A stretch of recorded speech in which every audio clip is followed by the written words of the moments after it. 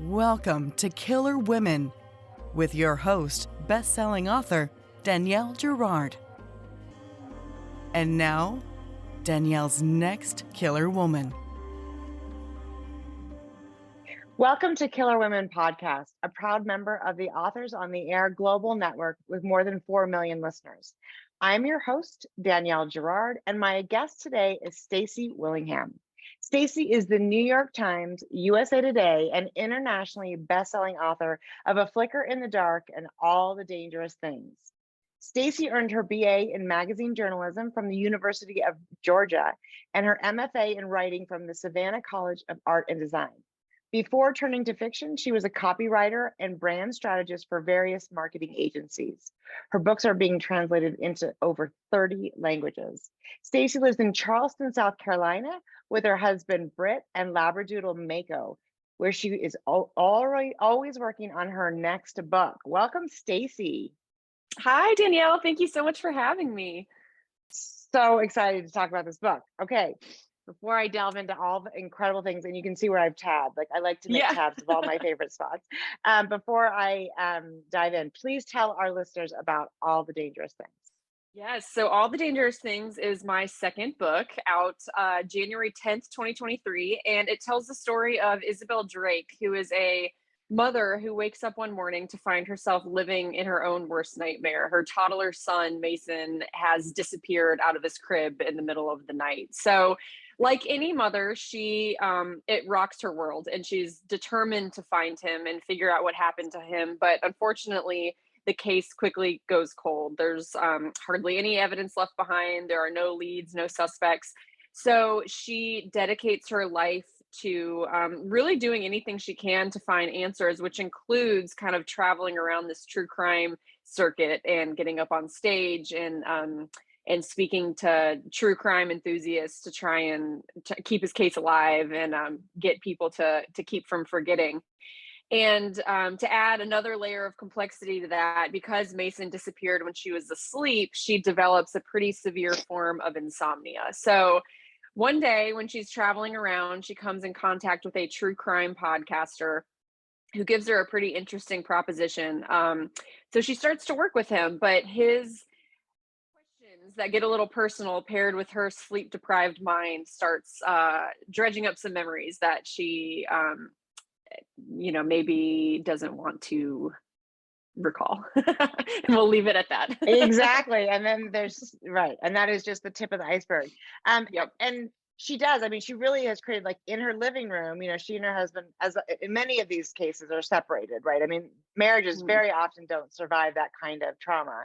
And she has this board. She's literally taken over her living room wall with just this, every single person in her neighborhood, every suspect she can come up with, every sort of case that could possibly be related. And she's obsessed, which, we would be, of course, there's no question. So it's taken over her life. And as you said, she doesn't sleep, which, we know just from, minor periods of insomnia for one reason or another is really, really hard on the mind.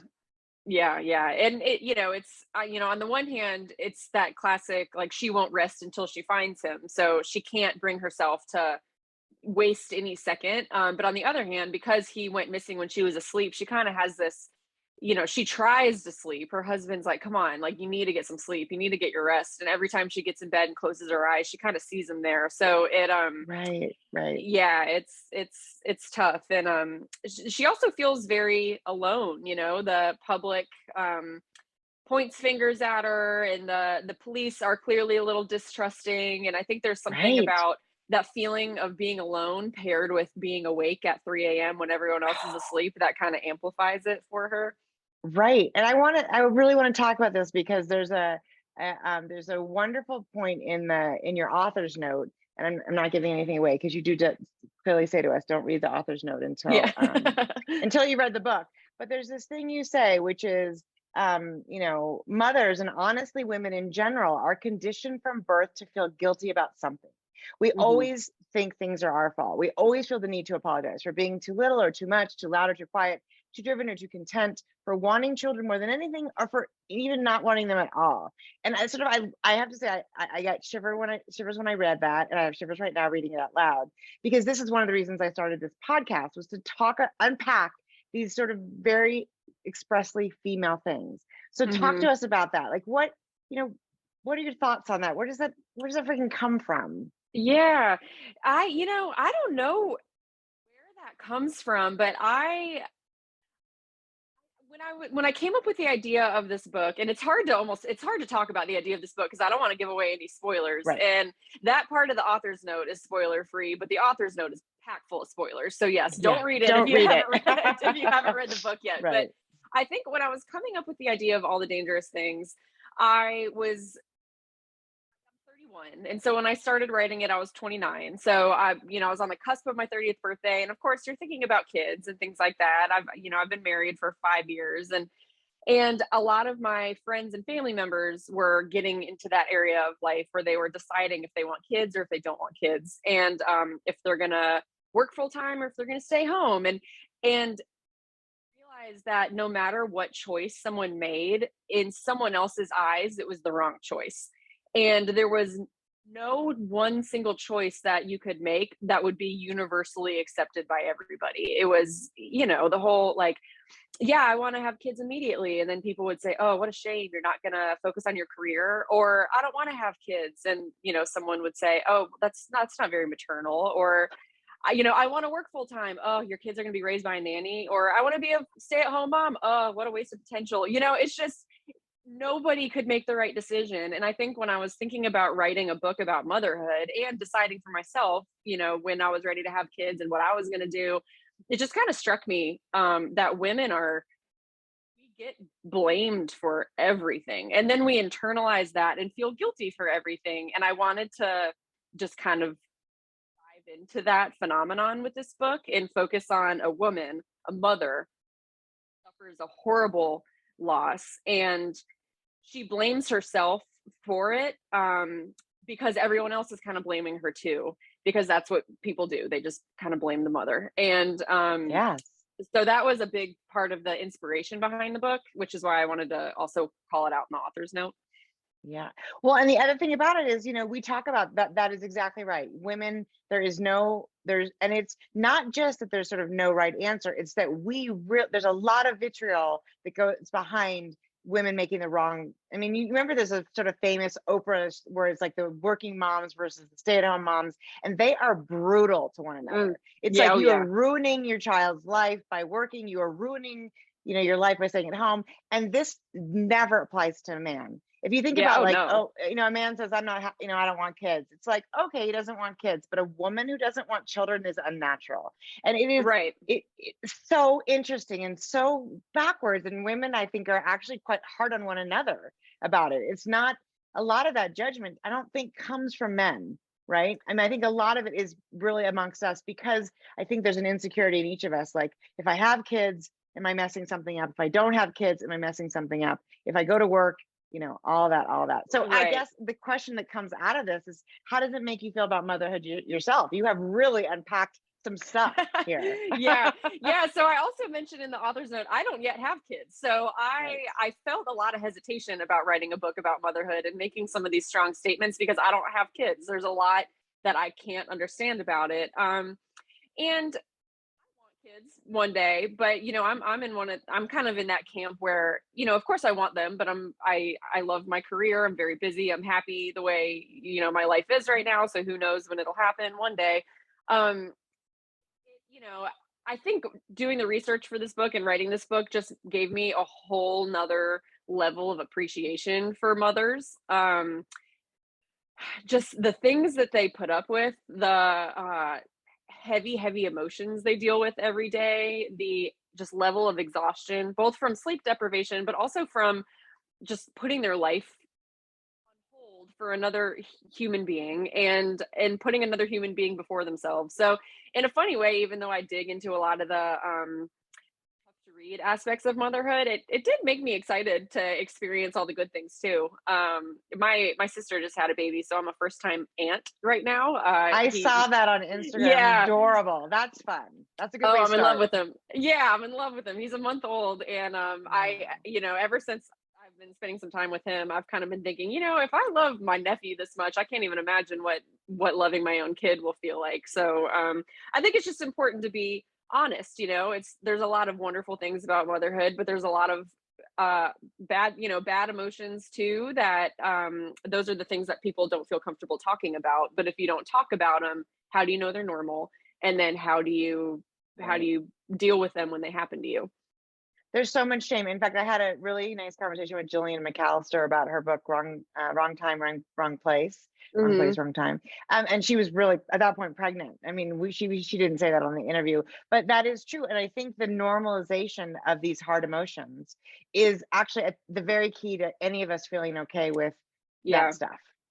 Because it's totally true. It happens to every single mother, those moments of like, what am I doing? And the very dark moments, which you talk about, which are a little bit like, I mean, there is sort of a psychosis that happens when you're really sleep deprived, that you think, I just want this baby to sleep, and I would almost do anything to make the baby sleep. And I have, my kids are now 22 and 20, so I can say this, there's a moment where you're like, I'm just going to put this pillow over your face and then you'll sleep, which is, you're not going to do that really, but it right. is. Well, yeah, right? I had actually heard that from someone. I was talking to a close friend. This was a couple years ago when I was first starting to write the book. And we have a very open relationship and we can talk to each other about things, which is great. But she made a comment of like, it's just scary. Like it's the middle of the night. You're exhausted. They will not stop crying. And she was like, I just had this moment where I had to put her down and walk away because I was a little afraid of what I might do if I didn't. Absolutely.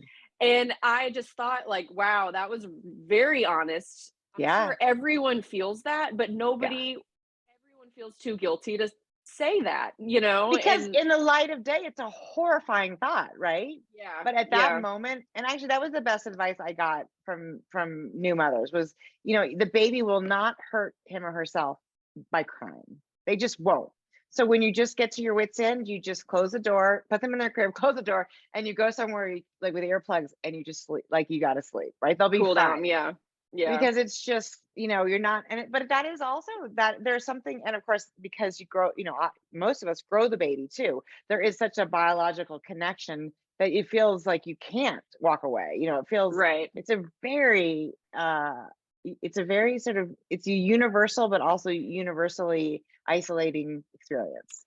That's a line I had in the author's note said just that too. Everyone, every woman who chooses to have a child experiences that, but it's so isolating. And how interesting is that something that's universally experienced feels so lonely. It's so lonely. It's so interesting. Exactly. Because, we almost should come together like in tents, or like in like a sort of like a red tent situation for newborns. And you just would come with like everybody who had a baby sort of within a couple of weeks and share the sort of like insanity of that, because, you go from sort of, 0 to 60 on the whole thing. And I remember thinking, you go to that prenatal, the class where you learn to deliver your baby. And I mean, I did the sort of prenatal classes, and it was like, all of that was about the time when you actually give birth, which can be really long, right? It can be 70 hours or whatever. But what about like everything after that? And when you're giving birth, there's people around, but when you're not, after that, you're alone. So I was like, this is backwards. This is not how we should be doing this, right? Right. Yeah. We should be flipping this around. So one of the other things I loved is, and this is true of Flicker in the Dark too, you are drawn to families with sort of dark secrets, right? And dark, and and I notice in your acknowledgments that you thank your parents and tell them that your interest in dysfunctional families has nothing to do with them, which I think that's most of suspense writers say that to their parents, right? So where does that interest come from? What appeals to you? So that's a good question. I feel like every time I give my parents a draft of one of my books, I have to give both them and myself a little pep talk and just be like, look, it's not you. Like, I had a great childhood. But I think it's something about the fact that we can't choose our families. Like there's so much in life that we can choose. And, if you have a dysfunctional friendship or an issue at work or a dysfunctional marriage, like you do choose those things, and it can be tough to get out, of course, but you choose them and you could get out. But your family, you can't choose them. And even if you kind of excommunicate yourself, you're still attached by blood.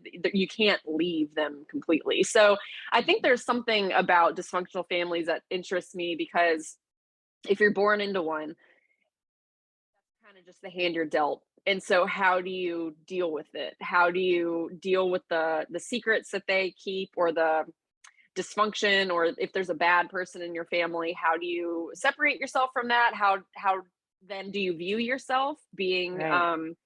sharing their DNA? How does it affect the way you grow up and the decisions you make when you're older? I just find it very, very fascinating. Plus, you're in that like at the most sort of important developmental time of your life, right? You're Hmm. born into them. It's that first 18 years when we learn all of our things. So if you're with somebody who's dangerous or abusive, then that is, instilled in you when you're still very impressionable. So that Right. is And as a child, all you know is what you know, and you don't know if it's unusual until you get older. And so I think it's kind of interesting too. All the Dangerous Things goes back and forth between a present day storyline and a past storyline. And when you're at that, a young age, and there's kind of weird stuff going on in your family, you have no idea if that's normal. And then when you right. grow up, you can kind of look back and think, wow, that wasn't normal. But how would you know at age 8? Right. So I like unpacking all that stuff. I've promised my family I'll write write a book not about dysfunctional families at some I point. don't But I don't know. Yeah, I would don't make that promise too soon because yeah. you do it beautifully and and your writing of course is gorgeous, but you unpack this is it's a wonderful exploration of these situations because in many ways, her family is dysfunctional, but not uber dysfunctional, right? They're Yeah. not like there's not like the police aren't showing up, because Mm-mm. there's people are drinking too much and abusing, hitting one another. So it's just it's actually interesting because I think every family is a little dysfunctional, right? Oh I yeah. mean, every family is a little dysfunctional. Every child grows up a little differently, right? You grow up with the same parents, but whether or not there's another sibling in the house. So Hmm. that's another sort of lonely aspect of being, of a family, right? Even if you're the firstborn or the fourthborn, your experience is very different. Yeah, that is true. And that kind of reminds me, two similarities between A Flicker in the Dark and All the Dangerous Things are kind of the protagonists, Chloe and Isabel, looking back on their childhood and having it be happy. I mean, they have happy memories. In A Flicker in the Dark, my debut about the daughter of a serial killer, she looks back on her childhood with her father, and she has happy memories. I mean, she enjoyed having him as a dad. So she's trying to unpack how she could have missed Right. all these red flags. And in All the Dangerous Things, it's sort of similar. Isabel had a happy childhood and it didn't seem overtly dysfunctional, but when she looks back on certain things, she tries to think like, gosh, how did I miss that? Or how did I not realize that Right. wasn't normal? And I think that's interesting, is not having overt dysfunction, but just kind of little things here and there that you Right. can look back on with clarity. And that's what I love that about A Flicker in the Dark, that you can absolutely love a serial killer. You can absolutely love somebody who it turns out did some really horrific things, right? Yeah. And in the same way, I think when you're young too, you don't look at something, there's no perspective, right? It takes Yeah. leaving and coming back to look at something with perspective. And I think that's true of both of these books as well, is you just don't Hmm. have, as a kid, you don't have any perspective. So Yeah. Yeah. um, Exactly. so there, as I mentioned, I tag all these places. There are all these lovely books. I want to talk a little bit about the sort of beginning of the very opening of the book, Yeah. right? Because it's sort of she's at this place where she's going to give a talk to these true crime junkies, and I love the way you describe. There's like a T-shirt that has it says red wine and true crime, and the T is a gun, Yeah. and this is a strangely sort of there are men there, but it's a mostly female phenomenon. And you Hmm. mentioned sort of the younger women who look a little embarrassed, like they've been, caught watching, looking at porn, and it's so Yeah. true. The interest that it has a tinge of something dirty. What do you make of this obsession? It's tough. in a lot of ways, writing this book was sort of my attempt at trying to understand that. Why are we so obsessed with true crime? And, I'm guilty myself. I'm clearly interested in true crime. I mean, I watch true crime documentaries. I read true crime books, and there is a little bit of embarrassment there because it's kind of like, why am I interested in this? It's kind of sick, And so, but at the same time, everyone else is interested in it too. I mean, you can tell from these conventions exist and people go to them, and shows like Dahmer are the most watched show on Netflix. I mean, clearly it's a phenomenon shared by so many, but I personally struggle, and I think a lot of people do, with like the ethical issues that are in play. And what is it ethical to consume a true crime story? Are you exploiting or doing damage to the families? This is someone's tragedy that you're watching really for your own entertainment as you sit on your couch at night. And is that okay? Like, is it okay to watch that stuff? I don't know. And so that was making Isabel kind of do the true crime circuit was kind of my attempt at trying to understand what it would feel like to be on the opposite end of that. So here we are, safe in our homes, watching Dateline. What would it be like to be the person being interviewed, the person who lived through the tragedy? And in Isabel's mind, it's kind of this necessary evil, because on the one hand, she hates standing up there. She hates the people looking at her, and clearly they're there because they think it's fun and it's entertaining. But it's, so she kind of hates herself for being up there and playing into this craze. But at the same time, she knows that it can be helpful. Like it could, cold cases have been solved from podcasts and things like that. And the true crime community, they can keep a case alive if they're interested enough in it. So, yeah, it's tough. I don't know if I have an answer as to why people are interested in it, or if it's okay or if it's not. It's so complicated. But I just thought it would be a unique perspective looking at it through the eyes of someone on the other side. Yeah, I do wonder too if it's a way for what, because I do have this curiosity that it is so predominantly female, and the statistics say that we're so much more interested. And part of me wonders if it's, if it's a way for us to sort of feel safe. We think if we see all the ways in which women, because it's usually women, so many of the victims are also female. If we see all the ways in which women are, attacked or, killed, then maybe we can sort of, avoid, which of course is not true, but it may give us that sense, right? It may give us a sense of security. Yeah, I think there's definitely that. I think for me, I'm so curious. I'm curious about why bad people do bad things, like what their motivations are. So it's exactly that. If I'm curious and I can maybe glean some understanding, it can help me avoid that situation happening to me, or which is completely, it's not the way it works. But that absolutely might have something to do with it. Doesn't prevent us from thinking maybe, right? And I think and the thing also about her getting up there isn't even, there's a difference between a lot of these cases. It's like the body is found, and the parents have had an opportunity to bury their child, and here she is, not only trying to keep the case alive, but her son is she hasn't found him, right? Everybody's telling her he's probably dead, right? Because it's been a long time, right? It's a year. And it's like, but of course, how do you ever give up hope as a parent? Yeah. Well, and I think that's another interesting dynamic I enjoyed unpacking, is kind of the differences between, and this is a blanket statement, so I don't want to say the differences between men and women, but specifically, I guess, between Isabel and her husband, Ben, how they deal with a tragedy, because they have two completely different coping mechanisms. Isabel cannot let it go. I mean, she hasn't slept in a year. She's traveling around to these true crime conferences trying to find answers, whereas her husband, Ben, he hasn't let it go, but he's listening to the logic. The police officers saying he's probably dead at this point. It'll be remains. You need to make peace with it. And he can't understand why she is acting so irrationally. She can't understand how he's just accepted it, and that's what ultimately drives them apart, is the fact that they deal with the same tragedy in two completely different ways. I find that interesting because my husband and I are kind of similar. Like I overanalyze things and even if it's out of my control, I obsess over it. Whereas he is like, it's out of my control. There's nothing I can do about it. And it's just two completely different ways of thinking that can, I find that interesting, like one shared experience and two different ways of dealing with it. Right. And when the experience is so, major and traumatic, then of course that it does drive a wedge.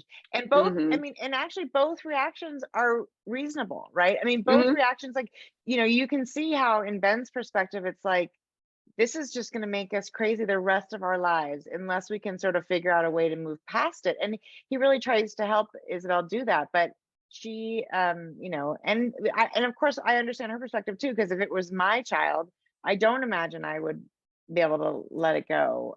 Yeah. I don't know how I would let it go.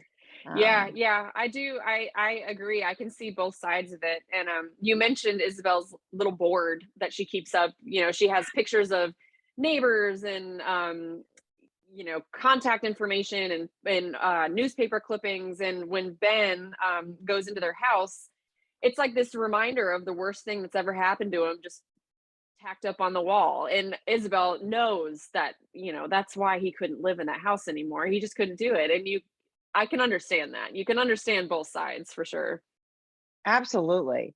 And so the other thing I want to talk about is the sleepwalking, because I think that's super, it's funny.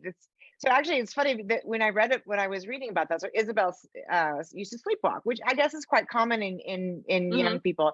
And in fact, my younger sister, did sleepwalk when she was probably like 9 or 10, and she actually one time let herself out of a lake house we had rented and walked down to the beach and fell asleep or woke up on the rocks. And my mother started crying. My mother found her there, and that's terrifying, right? That's terrifying. Yeah, it's terrifying. And it's funny because I always thought about it from the perspective of my mom, who was terrified because the water was so close. I mean, she could swim, but I don't know what happens when you're sleepwalking. So anyway, but I didn't think about it from the perspective of the sleepwalker, right? And it was just terrifying for Isabel too. How did you do, the research for that?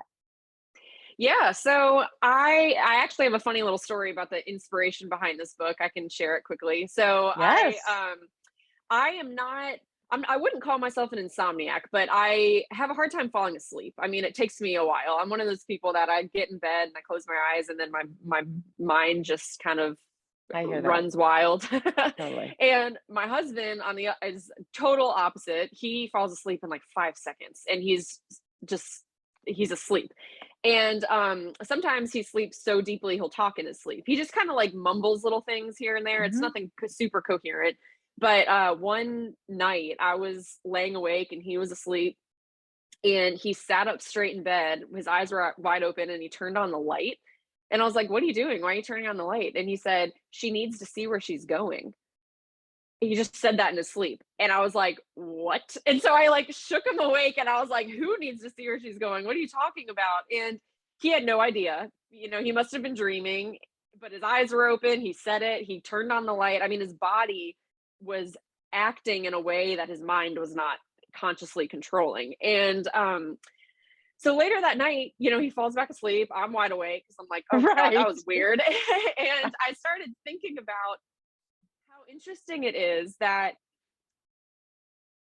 insomnia and deep sleep, if they go too far in either direction, could cause a serious problem. And they're kind of opposites of one another. So on the one hand, if you're such an insomniac that you're not sleeping for days, weeks, months, a year, in Isabel's case, you kind of start to lose control of your mind. Whereas deep sleep, to the point where you're talking or even walking in your sleep, you're losing control of your body. And I wanted to know which would be scarier, if you have lost control of your mind or if you've lost control of your body, or in Isabel's case, if you're kind of suffering from both.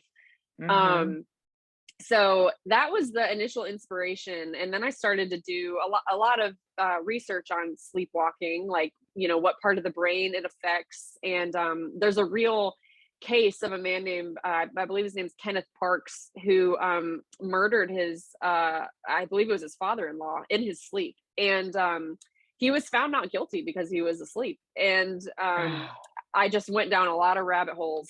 I'll bet you did. Yeah. Reading about all these bizarre things people have done in their sleep and apparently don't remember the next morning.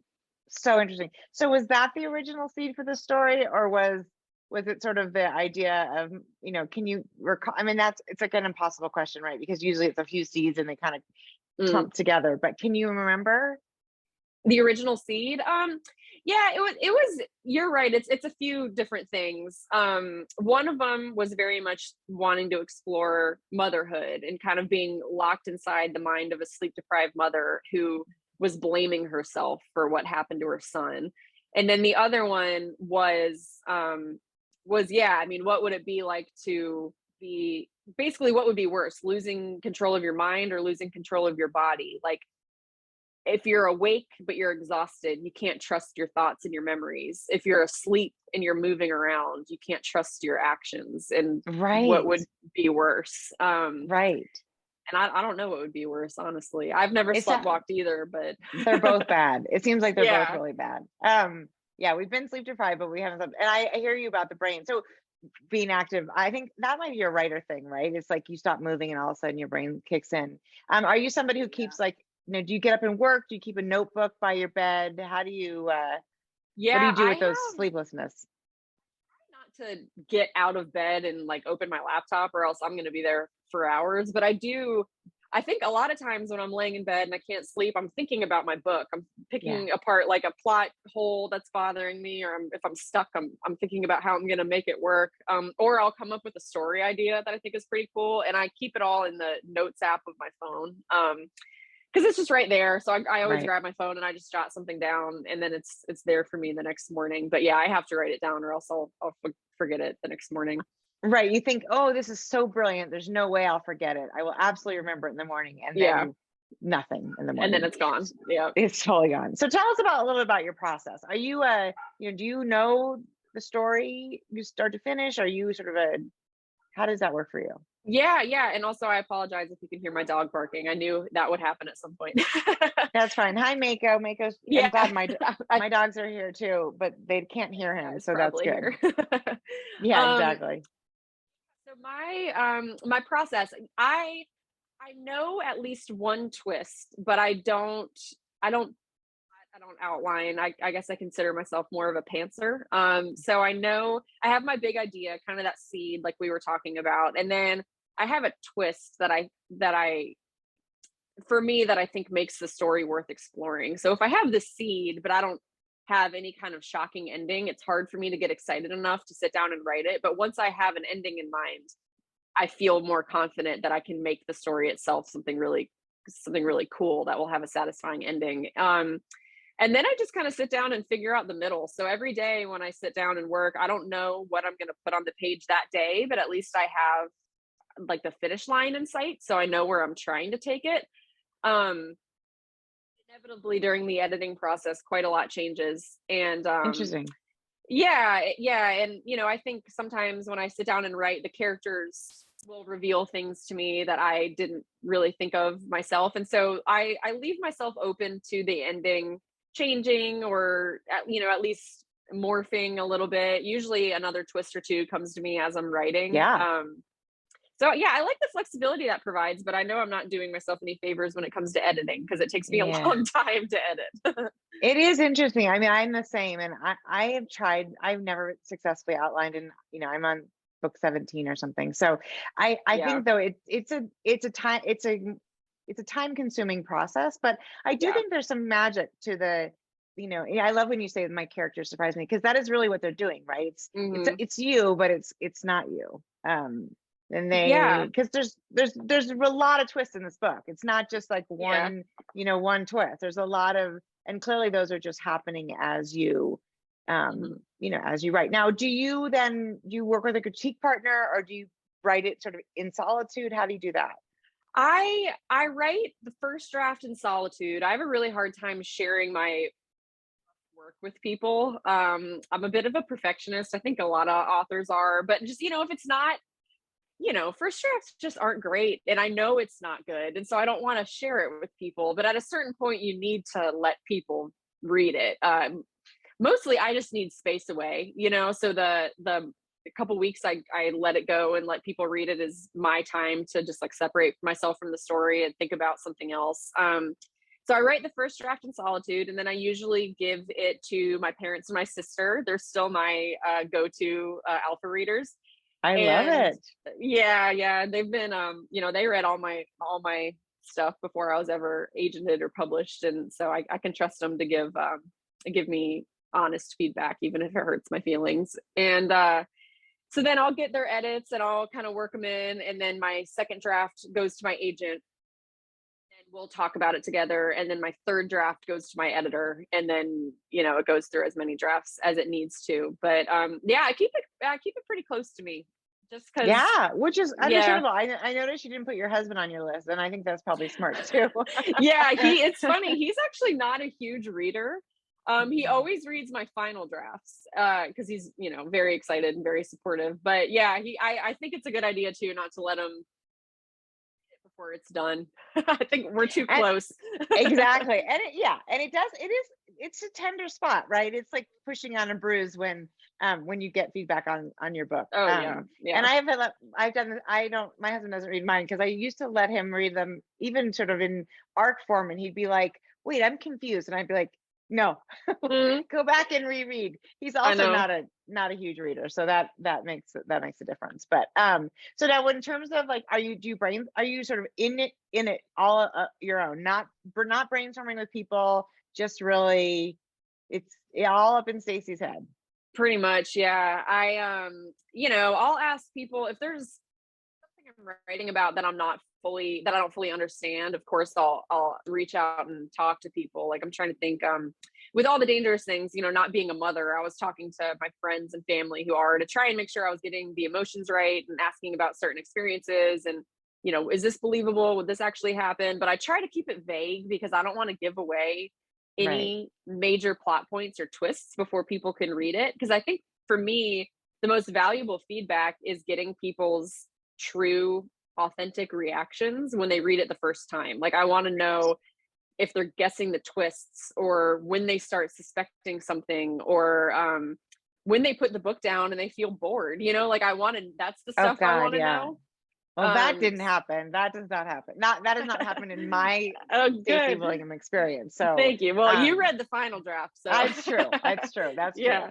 And I know Dan Conway is your agent. He's a lovely human. I know him a little bit from writer functions. So it's nice to have somebody. Then he's got you're sending to him before to your editor, so you get a sort of whole different editorial process. Yeah, he used to be an editor himself, I believe, at HarperCollins. So he has a heavy editing experience, which when I signed with him with A Flicker in the Dark was hugely helpful to me, because that was my debut and I needed help. I didn't know what I was doing. So he was able to help me edit A Flicker in the Dark quite a bit before we took it out and sold it. And that's just kind of the habit that we've fallen into since, is I trust him and his instinct so much. I let him read it first, and he'll just kind of tell me what he thinks, and then I'll send it off to the wider team. It's just kind of like one more alpha reader that I trust. Yeah.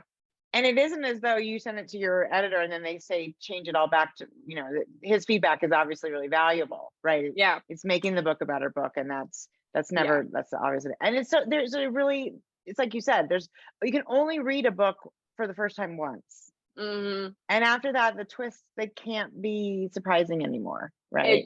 That's exactly. I think that's why I keep it so close, and I try to really limit who I let read it, because I want those initial reactions from as many people as I can get. And if I let 20 people read the first draft and it's bad, I've ruined that. I've ruined that moment for them, and I'll never be able to replicate it. They'll always know what the twist is going to be. So yeah, I'm pretty private with my books, but yeah, and it's working, obviously. Yeah. Congratulations on book of the month for Thank All you. the Dangerous Things. That's super exciting, and also for Flicker in the Dark. And I want to just double back one more thing you said that I thought was really interesting, and I think it's useful. We have a fair number of our listeners, I think, are aspiring authors as well, of course. Mm-hmm. And so you mentioned, like, that your family had read the things that happened before A Flicker in the Dark. I think people like to hear, people imagine, right? Oh no, she had her first book and it was, it hit the Times and it's a book of the month and she's hugely successful, and she probably wrote nothing before that. Not Which probably true. isn't true, right? Yeah. So tell us what happened. What came before that? What was the Yeah. process of this publication? Yeah. So admittedly, everyone's process is different. And admittedly, mine, I do think was fairly quick, but I did have a failed first book before A Flicker in the Dark. So it took me, I would say right after I graduated college, I realized I wanted to write fiction and I didn't really know what I was doing. So I decided, I had a book idea and I decided to sit down and write it. And it took me about 3 years to write the first draft. And, I was writing it before work and over my lunch break and over the weekends, this what you have to do. Right. And I let my parents read it, my sister, and they loved it. Of course, they were like, oh yeah, it's going to get published. And then I spent 2 years trying to get an agent and I got rejected by 115 of them. So Okay, that is so good. Thank you for telling us yeah. that, because I think people need to hear that, right? 115. That's a lot. That's Good a for lot. you. Yeah. Thank you. I was determined. I mean, I was like, come on, like I'm going to do it. But at a certain point, I had gone through truly every literary agency in New York, multiple agents at each agency. I still have it, this Excel sheet where I would put their contact information and, I would color code it. Like if I sent it and I was waiting to hear back, it would be yellow. If they asked for a full manuscript, it would be green. And then when they rejected it, it would turn red. And it's truly 115 rows of red. And yeah, so good for you. so Persistence is a huge part of this. Oh yes, absolutely. I do believe that it's interesting to think about how many good books, people, it's tough. There's a lot of rejection in this industry, and I was tempted to quit after weathering 115 rejections. But, if I did, A Flicker in the Dark never would have happened, and that's kind of where it all changed. So yeah, at a certain point, I just kind of realized this isn't the book that's going to get published, and that's fine, And so I wrote A Flicker in the Dark. It took me about 1.5 years to write that one, so half the time. And then I signed with Dan in about 3 weeks, so it happened much faster the second time around. Yes, good for you. Well, and I think that's right. So, do you look at that first book now and say, "Oh, I understand why this didn't"? Yeah. Or do you think you want to? Will you bring it? Will it? Come back? I don't think I'll bring it back. I thought about it originally because I got A Flicker in the Dark was a 2-book deal. So I sold Flicker and then I had another book that I was supposed to write. And I remember I told Dan, I was like, I have this other book that I've already written. And we kind of read the first couple chapters together and both agreed that I hadn't mastered my style, or not mastered, but I didn't know my style yet. I didn't quite understand the types of stories I like to write. It was very much just like a practice novel. But you have to have those. Yeah, you have to have a practice novel. You do. And it is kind of funny to look back on how different they are. That very first one was written in third person, and clearly I now really enjoy writing in first. I like getting really in the mind of my characters. That first one was also set in Chicago. So it was like very cold and snowy and gray.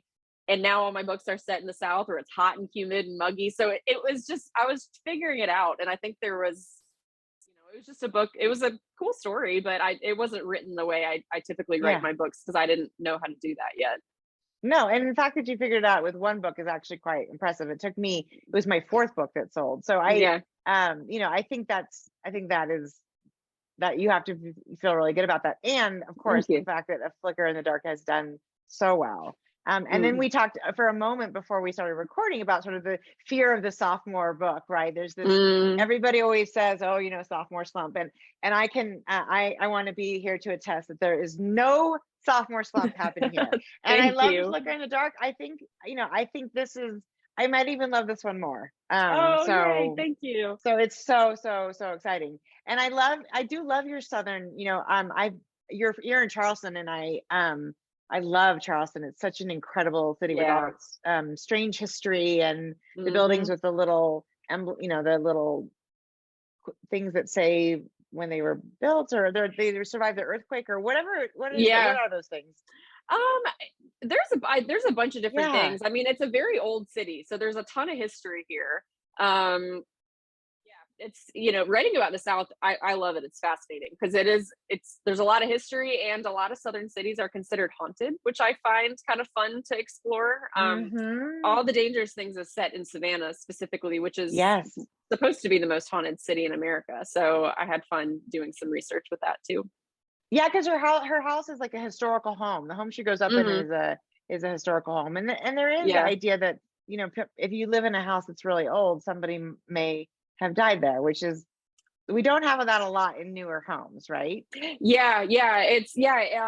Isabel's childhood home it's in Beaufort, excuse me, South Carolina, and was basically converted into a hospital for Union soldiers during the war. And that there are quite a few houses in Beaufort where that's actually their history. And so there's a moment in the book where she's kind of thinking about, there's a lot of people who died in here, and like, what happened to them, where are their bodies? They could be in the backyard where she's playing with her little sister every day. And there's all these old cemeteries in the South where the tombstones are they're hundreds of years old, so there's a lot of history, and there's a lot of death, which I find kind of creepy to unpack. Oh, it's so fun. And isn't that, like, I want to just like more accolades your way, which is that's such a small part of the book, the home that was a hospital at one point, and yet you beautifully draw that, and all it does is add another sort of